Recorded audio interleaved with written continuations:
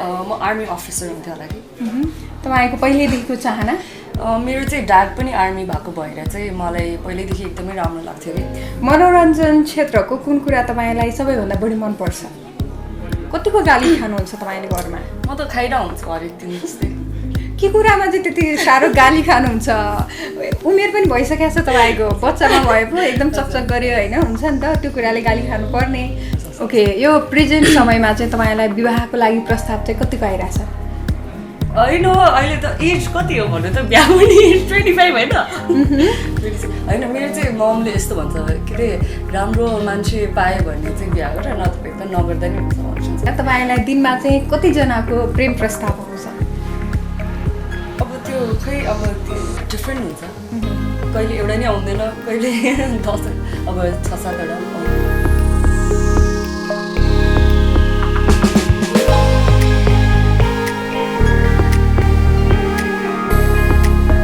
Entertain नेपालमा हार्दिक स्वागत छ। म कृपा अधिकारी छु तपाईँहरूको साथमा। दर्शकवृन्द, पक्कै पनि हाइलाइट्सबाट केही थाहा पाइसक्नु भएको छ। आज हामीसँग को हुनुहुन्छ भनेर लोकप्रिय अभिनेत्री उपासना सिंह ठकुरी हुनुहुन्छ र फेरि पनि उहाँलाई भेट्ने मौका मिलाएको छ। यतिकै गर्जियस ब्युटिफुल उपासनालाई। उपासना, स्वागत छ तपाईँलाई। Thank you so much. के छ हालखबर? आराम हुनुहुन्छ?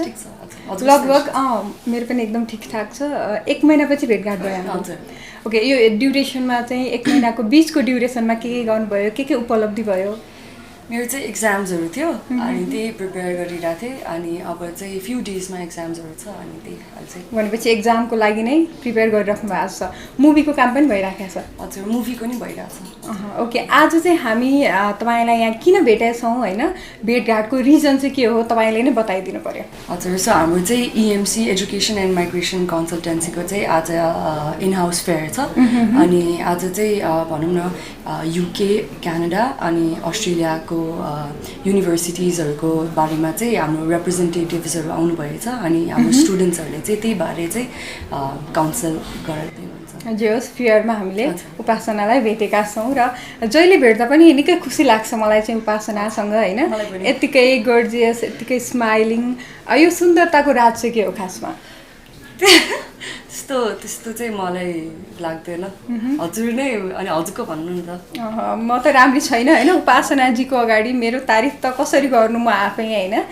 यति ब्युटिफुल गर्जियस अभिनेत्री हुनुहुन्छ, दर्शकले पनि मलाई गाली गर्नुहुन्छ सायद। तपाईँ र म कम्पेरिजन नै गर्न नमिला जस्तो लाग्छ मलाई। ओके, जति पनि स्टुडेन्ट्स हुनुहुन्छ +2 पछि चाहिँ अक्सर UK, अस्ट्रेलिया जाने चाहिँ त्यो एउटा हुन्छ नि सेड्युलै बनाएको हुन्छ, अक्सर गइराख्नुहुन्छ होइन। उहाँहरूलाई चाहिँ के सजेसन दिन चाहनुहुन्छ तपाईँ? म चाहिँ अब त्यो त अब आफ्नो विस हो होइन। अब जसलाई बाहिर गएर अझै अब्रोड स्टडी राम्रै गर्न मन छ उहाँहरूलाई चाहिँ राम्रो कन्सल्टेन्सीहरू हेर्नुहोस्, राम्रो युनिभर्सिटिजहरू हेर्नुहोस् होइन। अनि त्यो बाहेक चाहिँ आफूलाई आफ्नो फिजिकल मेन्टल हेल्थ पनि राम्ररी हेर्नुपर्छ जस्तो लाग्छ मलाई। अनि सो ओभरअल त्यहाँ बस्ने कसरी होइन, अब कोही रिलेटिभ्सहरू कोही मान्छेहरू भयो भने झन् सजिलो, छैन भने चाहिँ राम्रो भरपर्दो कन्सल्टेन्सी नै हेर्नु भन्नु पाउँछ। ओके, अब चाहिँ केही रमाइलो कुराकानी गर्नेछौँ हामी होइन। उपासनाजी हुनुहुन्छ, पक्कै पनि दर्शकको एक्सपेक्टेसन होला म जाको टिभीमा चाहिँ रमाइलै हुन्छ भन्ने दर्शकलाई एउटा त्यो भान परिसकेको छ होइन। के रमाइलो कुराकानी गर्छौँ हामी। केही क्वेसन्स सुन्दैछु म, तपाईँले चाहिँ एन्सर दिनुपर्ने छ है त उपासना। ओके, उपासना, तपाईँ कलाकार नभएको भए के बन्नुहुन्थ्यो होला? म आर्मी अफिसर हुन्थेँ होला कि। तपाईँको पहिल्यैदेखिको चाहना? मेरो चाहिँ ड्याड पनि आर्मी भएको भएर चाहिँ मलाई पहिल्यैदेखि एकदमै राम्रो लाग्थ्यो कि। लाइक कति जस कन्ट्रीको लागि चाहिँ मलाई एकदमै रेस्पेक्टेड प्रोफेसन लाग्छ। अहिलेसम्म मुभीमा चाहिँ आर्मी अफिसरको रोल गर्ने मौका चाहिँ पाउनु भएको छैन तपाईँले? के छ अब प्लानिङहरू?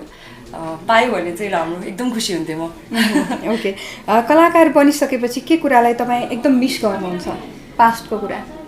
त्यो चाहिँ अब हामी कहिलेकाहीँ सुटिङमा हुन्छ होइन। अनि त्यसपछि हामी अस्ति नै रिसेन्टली पोखरामा सुटिङ हुँदाखेरि पनि हामी चाहिँ त्यस्तो भनौँ न हेक्टिक हुन्छ नि त एउटा इन्भाइरोमेन्ट। अनि म ठ्याक्क देखिरहेको थिएँ कि अनि जस मेरै एजको हुन्छ नि बच्चाहरू त्यो चिल गरिरहेको थियो कि, रमाइलो गरिरहेको थियो। अनि म चाहिँ हुन्छ नि मेरो साथीहरू पनि त्यही छ, अब म मात्र यस्तो। त्यो चाहिँ कहिलेकाहीँ हुन्छ। कलाकार बनिसकेपछि चाहिँ बाहिरी इन्भाइरोमेन्टमा सहजै रूपमा हिँड्न डुल्न चाहिँ कतिको सहज लाग्छ तपाईँलाई?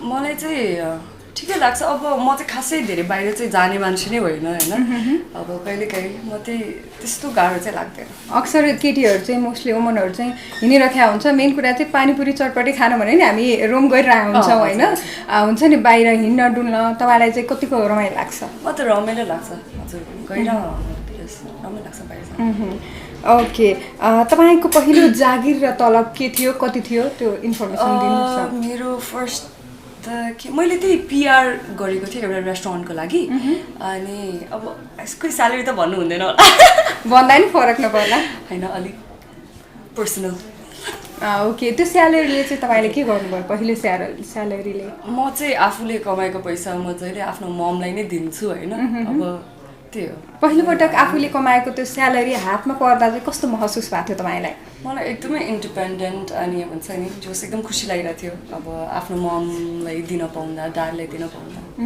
अक्सर केटीहरूको बानी चाहिँ के हुन्छ भन्दा कमाएको पैसा चाहिँ सपिङको लागि खर्च गरिहाल्ने त्यो बानी हुन्छ तपाईँमा चाहिँ त्यस्तो बानी रहन्छ म चाहिँ खासै मलाई त्यो सपिङहरू गर्न चाहिँ खासै इन्ट्रेस्ट लाग्दैन अहिले पनि अहिले पनि भनौँ न त्यो त्यस्तो चाहिँ लाग्दैन ओके जीवनको कुनै यस्तो दिन जसलाई तपाईँ फेरि पनि जिउन चाहनुहुन्छ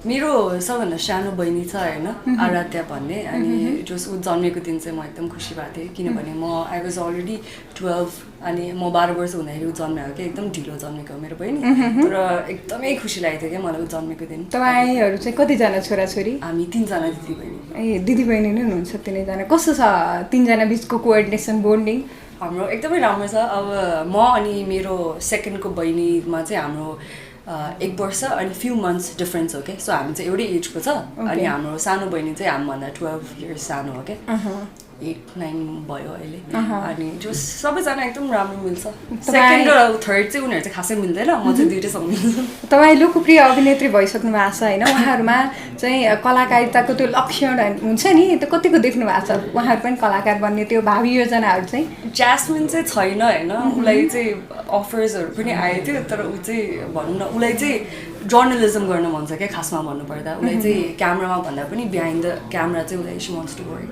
ओके मनोरञ्जन क्षेत्रको कुन कुरा तपाईँलाई सबैभन्दा बढी मनपर्छ मलाई अब मलाई चाहिँ हाम्रो प्रोफेसन चाहिँ कस्तो लाग्छ भन्दाखेरि हामीले काम गरेपछि चाहिँ भनौँ न धेरै अडियन्सहरू धेरै मान्छेहरूले थाहा पाउँछ नि त अनि त्यो हामीले एक्स्ट्रा माया पाइरहेको हुन्छ जस्तो लाग्छ क्या मलाई आफूले गरेको काम त्यही नै होला सबैभन्दा बेस्ट मतलब भनौँ न मनोरञ्जन क्षेत्रको चाहिँ सिङ्गिङ डान्सिङ धेरै कुरा हुन्छ नि त त्यो मध्ये चाहिँ त्यस्तोमा इन्टरटेनमेन्टमा इन्टरटेनमेन्ट एक्टिङ नै राम्रो लाग्छ मलाई ओके के कुराले चाहिँ तपाईँलाई बढी चित्त दुख्छ यत्तिकै ओभरअलमा हट के कुराले हट हुन्छ त्यस्तो चाहिँ के भन्ने अब त्यही मेरो मामुले गाली गर्दा उपासनालाई आफ्नो मम्मीले गाली गर्दा चाहिँ एकदम चित्त दुख्छ कतिको गाली खानुहुन्छ तपाईँले घरमा म त खाइरहेको हुन्छु हरेक दिन जस्तै के कुरामा चाहिँ त्यति साह्रो गाली खानुहुन्छ उमेर पनि भइसकेको छ तपाईँको बच्चामा भए पो एकदम चकचक गऱ्यो होइन हुन्छ नि त त्यो कुराले गाली खानुपर्ने तर उपासना त यति एजको भइसक्नु भएको छ तै पनि गाली खानु हुँदो रहेछ है यो चाहिँ अचम्मको कुरा भयो मलाई त्यस्तै लाग्थ्यो होइन मलाई चाहिँ के लाग्थ्यो भन्दाखेरि ल 19 सम्म गाली गर्ला होइन 20, 21, 22 म त 22 भयो नि त अहिले अनि अहिले त अब गाली गर्नु नपर्ने जस्तो मैले पनि सोचेको थिएँ तर त्यस्तो हुँदैन रहेछ मैले मामुलाई पनि त्यही भनेको कि अब म त ठुलो भइसक्यो गाली गर्न पाउँदैन भनेको अनि के भन्दै हुनुहुन्थ्यो मसँग बस्ने बेलासम्म गाली गर्न पाउँछ ओके मम्मीसँग चाहिँ कति समयसम्म बस्न मन छ तपाईँलाई मलाई त सधैँभरि भनेपछि उपासनाको विवाह गर्ने योजना रहन्छ अहिले त छैन तपाईँलाई चाहिँ एप्रोप्रिएट एज हुन्छ नि कुन लाग्छ विवाहको लागि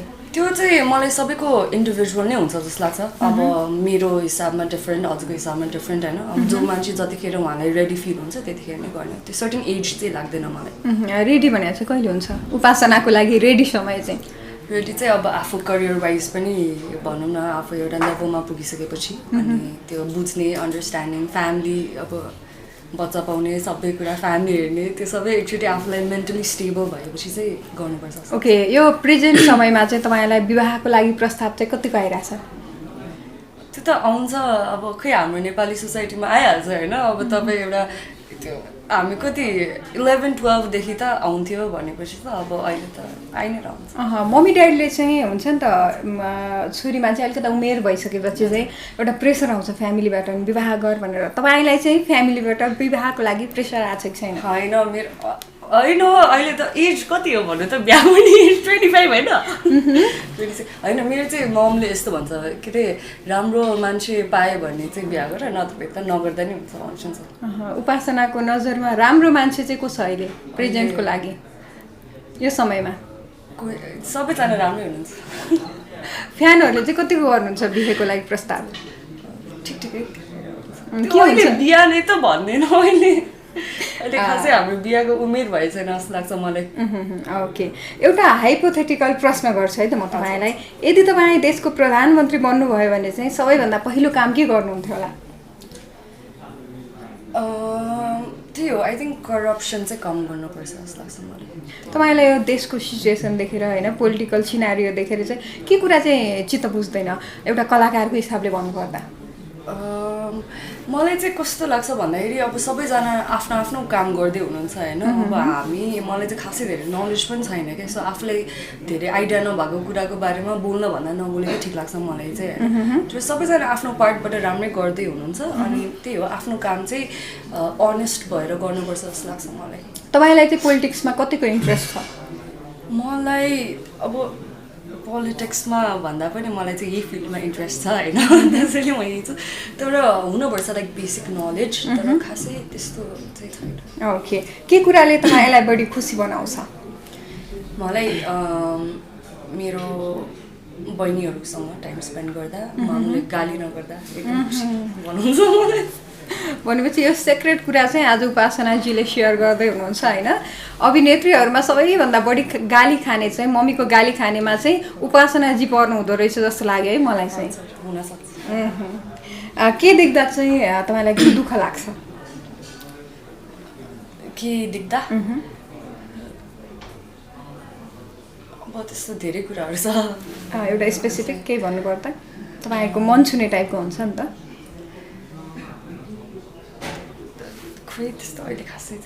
ओके केटाहरूले प्रेम प्रस्ताव राख्दा तपाईँलाई कस्तो लाग्छ मलाई राम्रै लाग्छ अब त्यही आफ्नो मनमा भएको कुरा भन्नुपर्छ नि त राम्रै हो ओके नढाँटिकन भन्नुहोस् उपासना होइन तपाईँलाई दिनमा चाहिँ कतिजनाको प्रेम प्रस्ताव आउँछ अब त्यो खै अब डिफ्रेन्ट हुन्छ कहिले एउटा नि आउँदैन कहिले 10 अब 6-7वटा आउँछ भनेपछि दिनमा उपासनाको लागि 6-7 होइन कहिले नआउने पनि हुन्छ हेरी ओके तपाईँको गोप्य कुरा जो दर्शकलाई थाहा छैन के छ त्यस्तो गोप्य कुरा उपासनाको त्यो गोप्य हुन्छ होला सेयर गर्नु मिले सेक्रेटहरू पनि हुन्छ नि सिक्रेट्सहरू खासै छैन ओके तपाईँले चाहेको तर गर्न नसकेको कुनै अधुरो काम के छ मलाई चाहिँ अहिलेसम्म चाहिँ भनौँ न जो फिमेल एक्टर बेस्ड मुभी चाहिँ मलाई खेल्न मन छ भन्दाखेरि धेरै जस्तो हाम्रो हिरोहरूलाई लिएर नै मुभी भन्छ नि त एज अ मेन क्यारेक्टर होइन मलाई चाहिँ फिमेल लिड गर्ने मुभी चाहिँ खेल्न मन छ तयारीमा हुनुहुन्छ कि अप्रोच आएको छ तपाईँलाई अहिले चाहिँ छैन भनेपछि भावी दिनमा चाहिँ तपाईँलाई फिमेल बेस्ड हुन्छ नि त त्यो फिमेल मेन रोलमा भएको सिनेमामा चाहिँ हामी देख्न पाउनेछौँ पक्कै पनि ओके उपासना तपाईँको कमजोरी के हो के लाग्छ तपाईँलाई मेरो अब म चाहिँ अलिक पेसेन्स चाहिँ छैन जस्तो लाग्छ भनौँ न तपाईँ बाहिरी रूपमा हेर्दा त निकै पेसेन्ट मान्छे देख्नुहुन्छ पेसेन्स भएको होइन तर यो सरप्राइजिङ कुरा नै छ साँच्चै हो त्यस्तो लाग्छ मलाई ओके धेरै भएको छैन है अब रेकर्ड गर्नु ओके आफूभित्रको के कुरालाई आफ्नो शक्ति ठान्नुहुन्छ तपाईँ आफूभित्र आफूभित्र भन्दा पनि त्यही हो अब आफ्नो फ्यामिली नै भनौँ न आफ्नो स्ट्रङ पोइन्ट हो जस्तो लाग्छ मलाई चाहिँ ओके आफूलाई नै मन नपर्ने आफ्नो बानी के छ तपाईँको त्यही म चाहिँ अब एउटै कुरा चाहिँ धेरै फोकस हुन सक्दैन जस्तो लाग्छ कि मलाई अलिक टाइम लाग्छ त्यही पेसेन्सको कुरा। ओके, तपाईँ लोकप्रिय अभिनेत्री पनि हुनुहुन्छ होइन? पहिलोपटक तपाईँलाई मुभीको अप्रोच कसरी आएको थियो, अफर कसरी आएको थियो? सायद दर्शक पनि कौतूहल हुनुहुन्छ होला, कौतूहलताको विषय भन्न सक्छ होइन? बताइदिनुहोस् न, पहिलो मुभीको अप्रोच चाहिँ तपाईँलाई कसरी आएको थियो? पहिलो मुभी चाहिँ मैले पहिलो मुभी गरेको मुभी कि अप्रोच आएको थियो? अप्रोच आएको गरेको जुन भन्दा पनि हुन्छ, जे होस् फर्स्ट टाइम तपाईँलाई चाहिँ मुभीको अप्रोच। मलाई चाहिँ अब मेरो फर्स्ट मुभी क्याप्टन थियो होइन, अनि त्यो चाहिँ म चाहिँ त्यतिखेर इन्स्टाग्राममा यतिकै भनौँ न पिक्चर्सहरू राखिरहन्थेँ। अनि हाम्रो जिया केसी दिजु हेसिन छ होइन, जिया दिदीले चाहिँ मलाई टेक्स्ट गर्नुभएको थियो कि सोसियल मिडियामा, अनि हामी चाहिँ यो प्रडक्सन हाउस हो अनि एकचोटि भेट जस्तो कुरा गर्नुभयो। अनि म त्यही भुवन सरको घरमा गएँ अनि जिया म्याम पनि हुसिन्थ्यो अनि उहाँहरूलाई भेटेँ। अनि त्यसपछि स्क्रिप्ट सुनाउनु भयो होइन मलाई, अनि मलाई त खासै आइडिया पनि थिएन। अनि तर त्यही हो, मैले चाहिँ अब फर्स्टमा म एक्टिङ क्लासेसहरू पनि जोइन गर्छु, अनि त्यो अब आफूलाई पनि कम्फर्ट पनि हुनु पऱ्यो होइन, सबै कुरा थाहा पनि हुनु पऱ्यो, अनि त्यही गरेर। कस्तो लागेको थियो तपाईँले पहिलोपटक मुभीको अप्रोच आउँदा? नेपाली मुभीको क्याप्टेनको लागि चाहिँ होइन एउटा राम्रो ब्यानरको अप्रोच आएको थियो तपाईँलाई होइन? त्यो बेलाको त सिचुएसन माहौल कतिको ढुकढुक हुन्छ नि, एक्साइटमेन्ट के थियो लेभल चाहिँ? एक्साइटमेन्ट नै थियो भनौँ न। मलाई चाहिँ त्यही आफू एकदमै लकी फिल भएको थियो त्यतिखेर, किनभने अब हाम्रो अब भनौँ न त्यो एउटा मुभी गर्नको लागि म देखिरहेको हुन्छु नि, लाइक कति मान्छेहरू अडिसन्सहरू गरिरहेको हुनुहुन्छ होइन, अनि जस कति गाह्रो छ नि त त्यो गर्न। तर अनि म चाहिँ आफू एकदमै भनौँ न त्यो कुरामा चाहिँ अब जस म चाहिँ लकी फिल गरेँ कि भनौँ न त्यस्तो उहाँहरूले अप्रोच गरिदिनु भयो भनेर। अनमोलको हिरोइन भन्दा तपाईँलाई कस्तो लाग्यो? मलाई राम्रै लाग्छ, त्यस्तो केही लाग्दैन, राम्रै लाग्छ।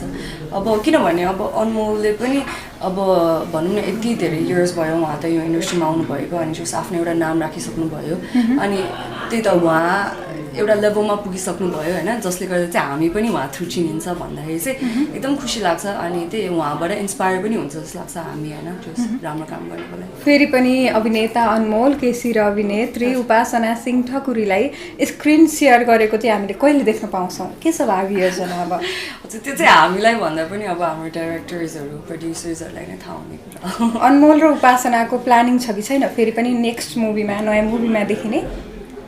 अब खै थाहा भएन। ओके, निकै रमाइलो गफ भयो होइन, जहिले पनि स्माइलिङ गर्जियस होइन, कति मिठो तरिकाले एन्सर दिनुहुन्छ उपासनाले चाहिँ। मलाई पनि इन्टरभ्यू लिन एकदम रमाइलो लाग्छ तपाईँसँग होइन? मलाई पनि हदसम्म कुरा गर्न एकदम रमाइलो। ओके, अन्त्यमा छौँ हामी, अन्त्यमा के भन्न चाहनुहुन्छ दर्शकलाई? थ्याङ्क यू सो मच हाम्रो इन्टरभ्यू हेरिदिनु भयो, अनि हजुर सबैजनालाई होइन, अनि त्यसपछि एकदम खुसी लागिरहेछ मलाई। मुभीको कुरा केही भन्न चाहनुहुन्छ अन्त्यमा? मुभी चाहिँ अब हाम्रो डिसेम्बर फल्सको सुटिङ भइरहेको छ, अलिकति बाँकी छ, अनि त्यही हो, वेयर भेरी एक्साइटेड त्यसको लागि पनि।